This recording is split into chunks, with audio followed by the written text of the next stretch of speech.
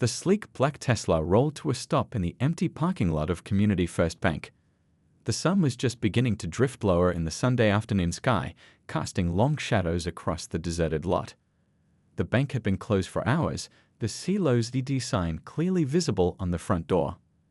The car door opened, and a man stepped out, dressed in dark blue jeans and a forest green polo shirt that showed off his athletic build. He stretched slightly, working out the stiffness in his shoulders from a morning golf game.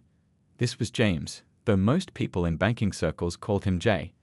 As the majority owner of the Community First Bank chain, he often came in during off hours to get work done without the constant interruptions of a busy banking day. Jay checked his watch, 3:15 p.m. He had promised his wife he'd be home for dinner by 6 o'clock, giving him just enough time to review the quarterly reports before tomorrow's board meeting. He grabbed his leather messenger bag from the passenger seat, locked his car with a beep, and walked toward the side entrance of the building. The side door was known only to bank employees and ownership. Jay slid his key into the lock, turned it with practiced ease, and stepped inside. The familiar smell of lemon cleaning products greeted him as he entered the quiet building. He flicked on just enough lights to illuminate his path to the main office area, not noticing the glow already coming from the branch manager's office. Inside that office, Diane looked up from her computer screen, startled by the sound of the door. She had been hired just 2 weeks ago as the new branch manager, transferred from a bigger bank downtown. Working weekends had become her habit, a way to prove herself in each new position. When she heard the side door open, her first thought was confusion, quickly followed by alarm.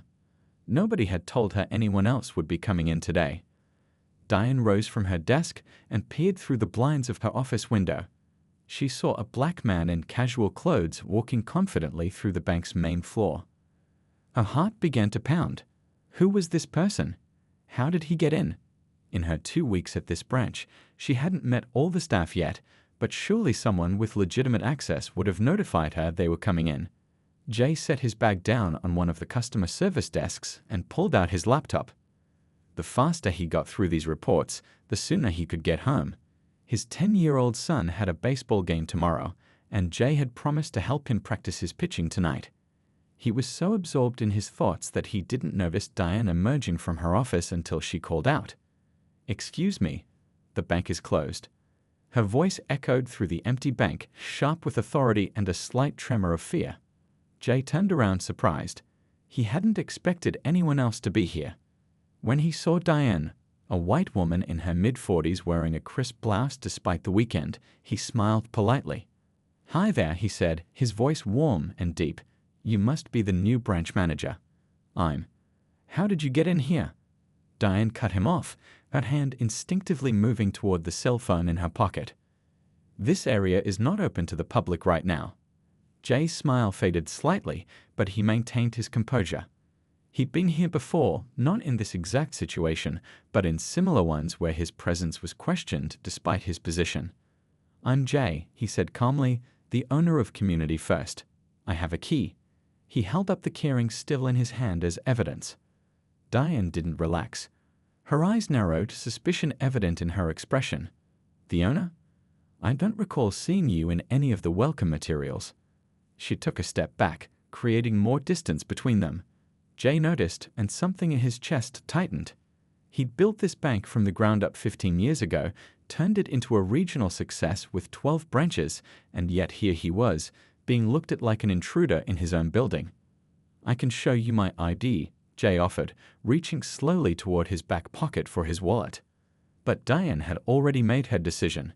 Her hand closed around her phone, and she retreated toward her office. "Don't move," she said firmly. "I'm calling security right now." Diane backed into her office, her eyes never leaving Jay as she fumbled for her phone.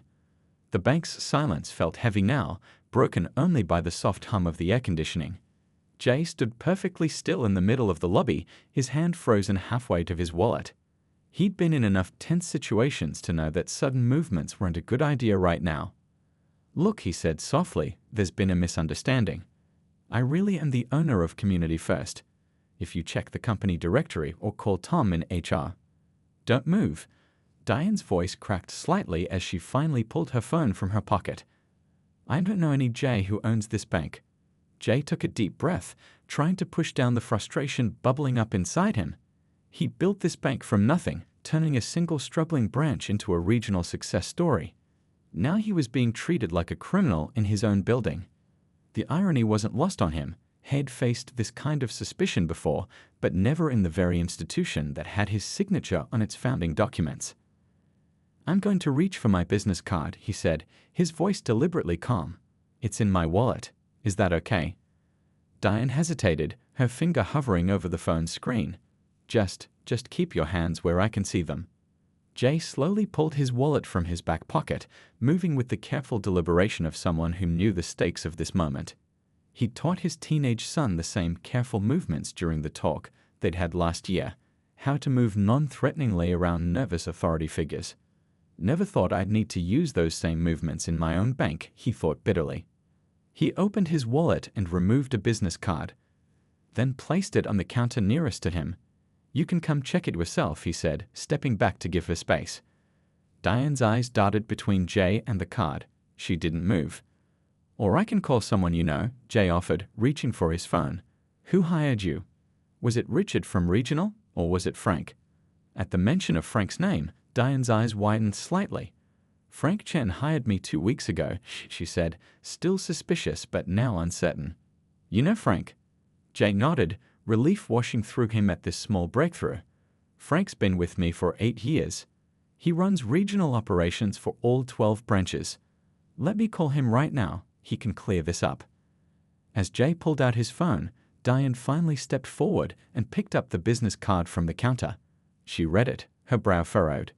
"JMES J. Washington, NVUNDER and CHIEFEXECUTIVEOFFICL, Community First Banking Group." Her face paled slightly, but doubt still lingered in her eyes. This could be printed anywhere," she said, though her voice had lost some of its edge. Jay was already dialing Frank's number. The phone rang 3 times before a cheerful voice answered. "Jay, what's up? Thought you were taking Sunday off for once." Jay kept his eyes on Diane as he spoke. "Hey Frank, I'm at the downtown branch with the new manager you hired. Diane, right? She's having some trouble believing I'm who I say I am. Could you help clear this up?" There was a pause on the other end of the line. "Oh no," Frank said, his voice dropping. "I'm so sorry about this, Jay. Let me talk to her." Jay held out the phone toward Diane, who took it with shaking hands. As she listened to Frank, her face transformed, embarrassment, shock, and horror cycling across her features in quick succession. Yes, I understand. No, he didn't. I just thought." Her voice grew smaller with each fragmented response. "Yes, of course. I'll tell him. I'm so sorry." She handed the phone back to Jay, unable to meet his eyes. "Mr. Washington, I don't know what to say." Frank confirmed everything. "I'm so incredibly sorry for the misunderstanding." But before Jay could respond, they both heard the distinctive sound of police sirens growing louder outside the bank. Diane's face went from pale to ghostly white.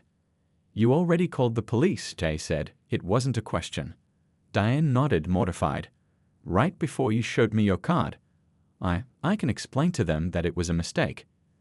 Jay slipped his phone back into his pocket, his expression unreadable.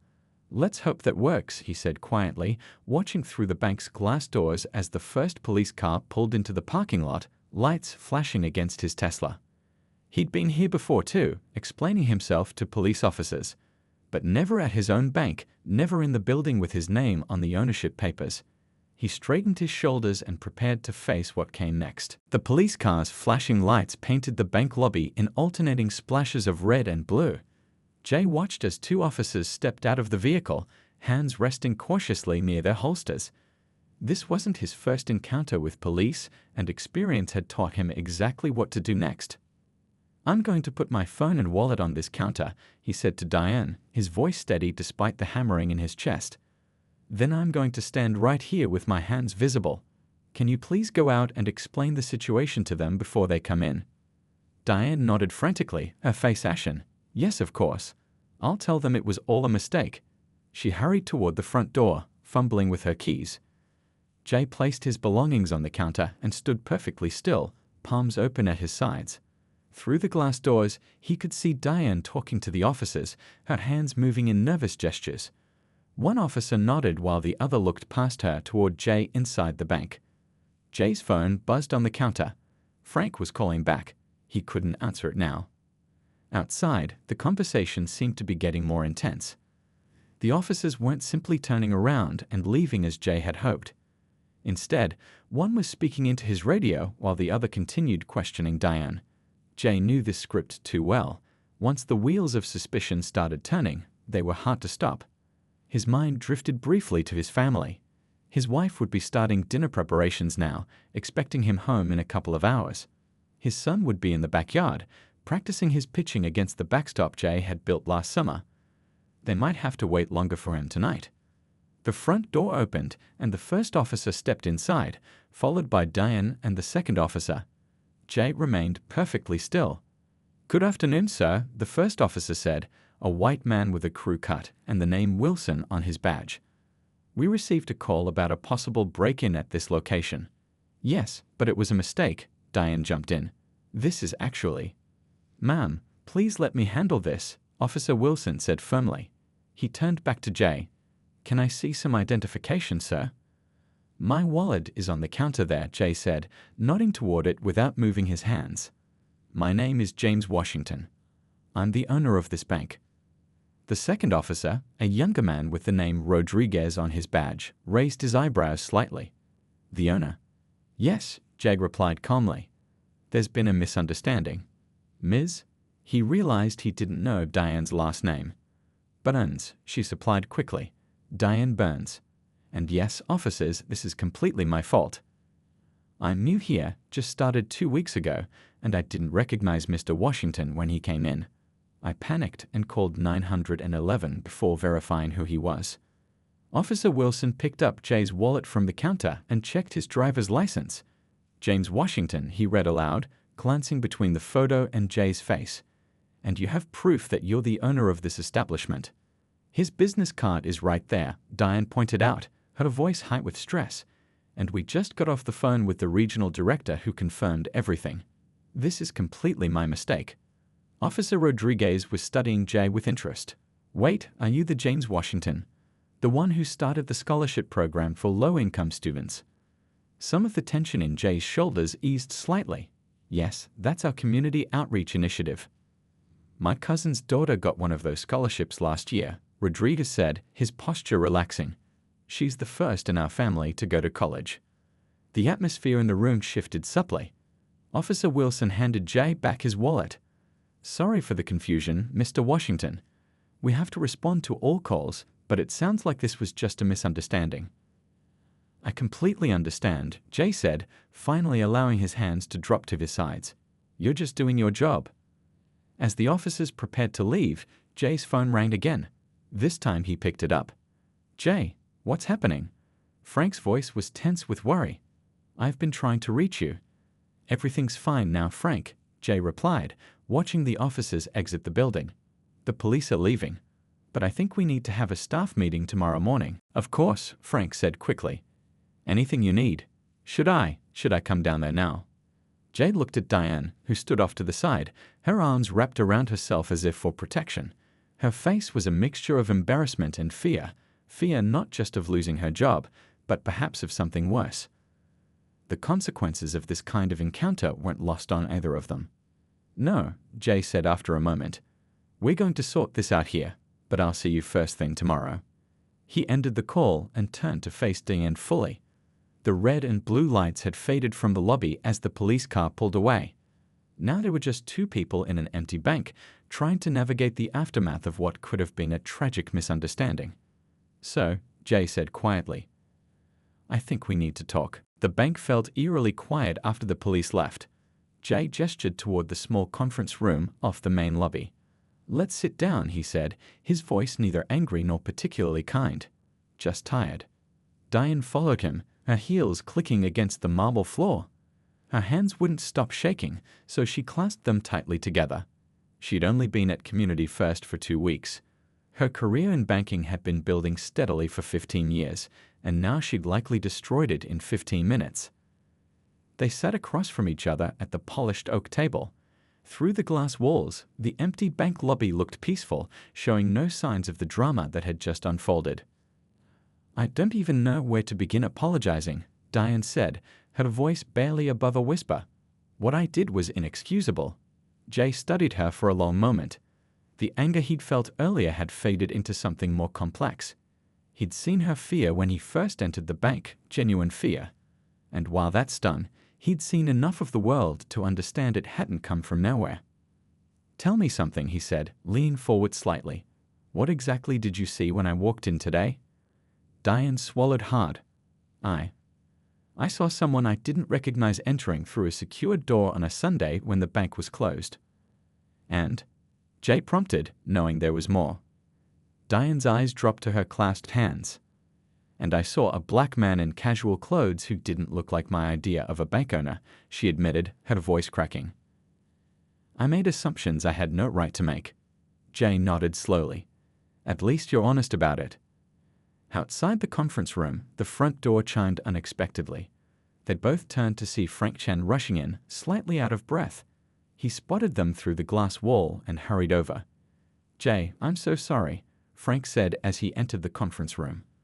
"I should have made sure all the branch managers knew who you were. This is completely my oversight."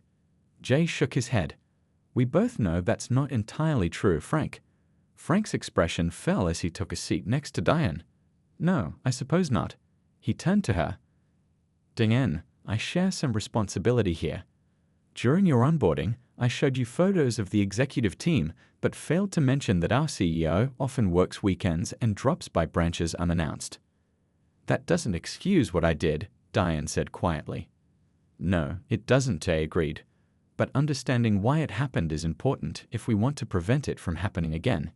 He pulled out his phone and opened the photo gallery, sliding it across the table. The screen showed a much younger Jay in a graduation cap and gown, standing proudly between his parents. Next to it was a more recent photo of him cutting a ribbon at a branch opening. "That's me 15 years ago, finishing my MBA," he explained. "And that's me 5 years ago, opening our 10th branch. I started community first because traditional banks weren't serving all communities equally. I wanted to create something different." Diane looked at the photos, then back at Jay.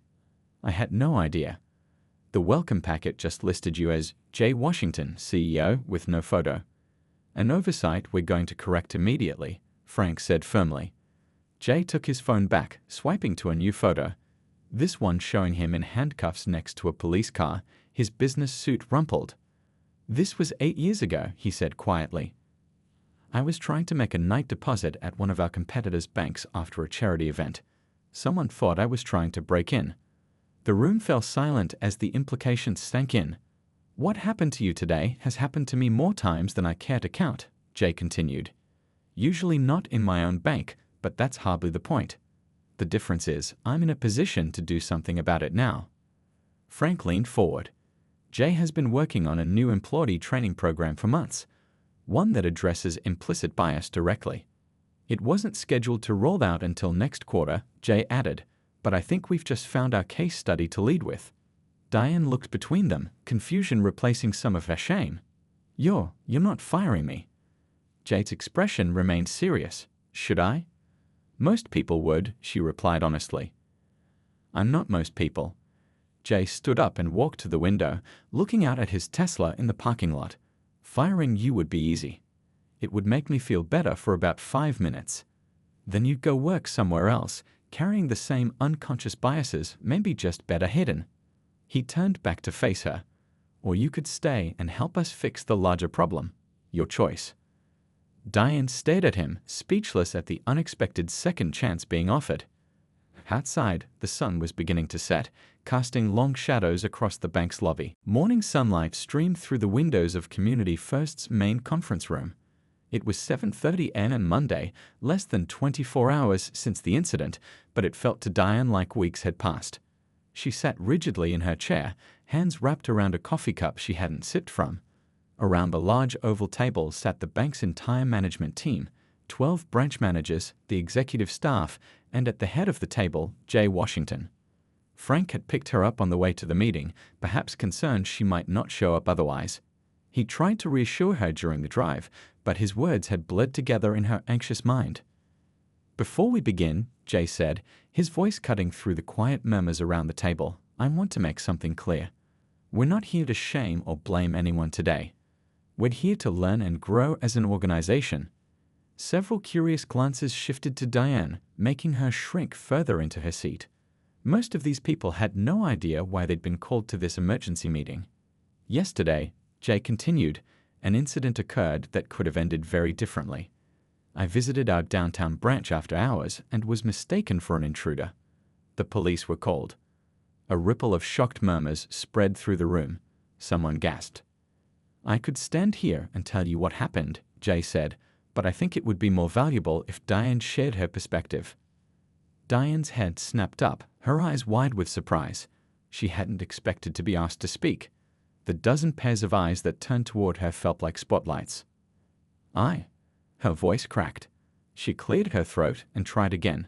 "I was working yesterday afternoon when I heard someone enter through the side door.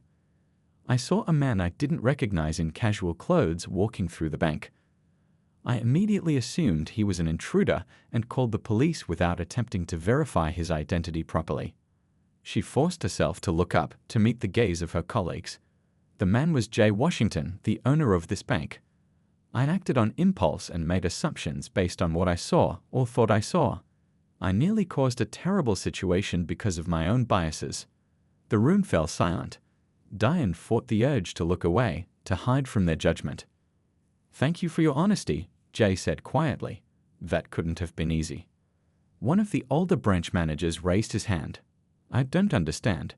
Wasn't it reasonable to be cautious if someone unexpected entered the bank?" "Caution is reasonable," Jay agreed. "But we need to ask ourselves if the response would have been the same for everyone. Would Diane have called 911 immediately if I'd been a white man in a suit? Or would she have tried to verify my identity first?" The uncomfortable silence that followed was answer enough. An older woman at the far end of the table spoke up. "I've been with Community First for 12 years, and I've never seen a photo of you, Jay. I know what you look like because we've met, but new employees might not. Shouldn't we fix that organizational issue too?" Frank nodded vigorously. "Absolutely. We're updating all materials this week to include photos of the entire leadership team." "That's addressing a symptom, not the cause," Jay said. He stood up and walked to the window, looking out at the city waking up below.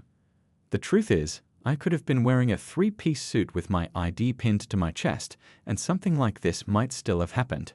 Because it's happened before, many times in many places." He turned back to face the room. "What made yesterday different wasn't just that I owned the bank. It's that for once, I had the power to turn an incident into a teaching moment." Diane finally found her voice again. "When Jay offered me the choice to stay and help fix the larger problem, I didn't understand at first. I expected to be fired, maybe even publicly shamed. That would have been easier for him, and in some ways, easier for me too." She looked directly at Jay. "But the harder path is acknowledging our biases and doing the work to change them. I'm still learning what that means, but I'm committed to the process." Jay nodded, a hint of approval in his expression. "That's why I asked Diane to help develop our new bias training program. She'll be working with our HR team to create something meaningful, not just box-checking diversity training, but real conversations about the assumptions we all make." A younger branch manager leaned forward. "So what happens now?" "Now," Jay said, "we talk about what real inclusion looks like. Not just in our hiring practices or our marketing materials, but in how we see each other every day. Because what happened yesterday wasn't just about Diane and me. It's about all of us and the hundreds of employees we lead." Outside the conference room, the bank's day was beginning. Tellers arrived, computers booted up, and the first customers waited for the doors to open.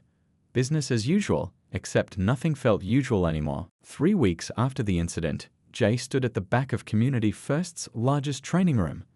The space was packed with employees from all 12 branches, tellers, loan officers, customer service representatives, and managers. Some joined through video calls displayed on large screens mounted on the walls. They were all here for the first session of the new training program. Diane stood at the front of the room, her hands trembling slightly as she adjusted the microphone. She looked different today, more confident in her posture despite her nervousness, wearing a bright blue blazer instead of her usual muted colors. The past weeks had changed her in subtle ways. "Good morning, everyone," she began, her voice steady despite her nerves. "My name is Diane Burns. Some of you know me as the manager of the downtown branch. Others might know me as the woman who called the police on our CEO." A few uncomfortable chuckles rippled through the audience. Jay watched as Diane took a deep breath. 3 weeks ago, I made a terrible mistake based on assumptions I didn't even realize I was making. Today, I'm not here to defend what I did. I'm here because Mr. Washington gave me a chance to turn my mistake into something valuable for all of us. Jay noticed how the room had gone completely silent. Every person was focused on Diane's words. "We've called this new program Seeing Clearly because that's what it's about, learning to see each other without the filters of our assumptions and biases." She clicked a button, and the large screen behind her displayed a photo of Jay in casual clothes, similar to what he'd worn that Sunday. Next to it appeared a photo of Jay in an expensive suit at a charity gala. "Same person, different clothes," Diane said. "But I responded to these two versions very differently in my mind. The question is, why?" A young teller in the front row raised her hand. "Because we're taught that important people dress a certain way." "Exactly," Diane nodded. "But there's more to it. When Mr. Washington came into the bank that Sunday, I didn't just see casual clothes. I saw a black man in casual clothes, and something in my mind connected that to danger, not to authority." The room grew even quieter, if that was possible. "That's hard to admit," Diane continued. "I've never thought of myself as someone who judges people by their skin color. I have friends from different backgrounds. I volunteer at community centers. I consider myself a good person." She paused, looking out at the sea of faces. "But being a good person isn't enough if we don't examine the unconscious biases we all carry, the snap judgments we make without even realizing it." From the middle of the room, an older loan officer spoke up. "I appreciate your honesty, Diane, but isn't this just one unfortunate incident? Why does the whole bank need training because of one mistake?" Before Diane could answer, Jay stepped forward. He hadn't planned to speak today, wanting this to be Diane's moment, but the question deserved a response. "That's a fair question, Pete," he said, walking to the front of the room. "Let me ask you this. How many times in your 20 years here have customers assumed you weren't in charge of your department? Or followed you around the bank, assuming you might steal something? Or had the police called on you while you were just doing your job?" Pete looked uncomfortable. "Well, never. For me, the incident with Diane was the 5th time I've had police called on me while I was just existing in spaces I have every right to be in," Jay said quietly. "Twice at high-end stores, once at a previous bank where I was trying to make a large deposit, once in my own neighborhood when I was jogging, and now at my own bank." He looked around the room. "This isn't about one incident or one person. It's about patterns that affect people's lives and safety every day." A woman from the mortgage department raised her hand. "I never realized, you're the CEO. I thought that would shield you from this kind of thing." Jay shook his head. "Success doesn't shield you. Sometimes it just changes the nature of the assumptions. Instead of he might steal something, it becomes he couldn't possibly be the person in charge." Diane stepped forward again. "That's why this training isn't just sensitivity training or diversity checkboxes. It's about recognizing patterns in ourselves and our institution that we might not see otherwise." She clicked to the next slide, which outlined the 6-week program they were beginning today. "We'll be working in small groups, examining real scenarios, and having honest conversations," she explained. "It won't always be comfortable. Growth rarely is. But by the end, we'll have tools to see more clearly, not just our customers, but each other." Jay watched as heads nodded throughout the room. Not everyone looked convinced, but they were listening. It was a start. 1 year later, Jay stood in the lobby of Community First's newest branch, watching as a diverse group of customers moved through the bright open space. The soft music playing overhead mixed with the gentle hum of conversation. This 13th branch had just opened in a neighborhood that other banks had overlooked for decades. "Quite a change from last year," a familiar voice said beside him. Jay turned to see Diane, now wearing the pin that identified her as the bank's director of community outreach. The position hadn't existed before the incident. Jay had created it specifically for her after seeing how effectively she'd led the training program. "Sometimes good things come from difficult moments," Jay replied, smiling slightly. They walked together through the lobby toward the community room at the back of the branch. Inside, about 20 teenagers sat in a circle, listening intently to a young loan officer explaining how credit scores worked. "Fifth financial literacy workshop this month," Diane noted with pride. "The program's reaching over 100 kids now." Jay nodded, watching the animated faces of the young people as they asked questions. "How many of these kids' parents have accounts with us now?" "Almost half," Diane said. "Turns out when you explain banking in plain language and don't make people feel judged, they actually want to work with you." They slipped out quietly, not wanting to disrupt the class. Outside in the hallway, a large framed photo caught Jay's eye. It showed him in jeans and a polo shirt, casually leaning against a desk, a friendly smile on his face. Beside it hung photos of other executives and managers, all in similarly approachable poses. "The casual photo series was a nice touch," Jay remarked. "Frank's idea." "Actually, it was Pete from Loans," Diane said. "Remember how skeptical he was at the first training session? He's become one of our biggest advocates." They continued to the conference room, where the quarterly all-staff meeting would begin soon. Already, employees were filtering in, greeting each other warmly. "The numbers came in yesterday," Jay said, lowering his voice. "Loan approvals for minority applicants are up 32% since we implemented the blind first review process." Diane's eyes widened. "And default rates?" "Unchanged," Jay confirmed. "Turns out good customers come in all colors when you give them a fair chance." The conference room filled quickly. What had started as a crisis response at one branch had grown into a bank-wide transformation. After completing their internal training, Community First had shared their program with other regional banks.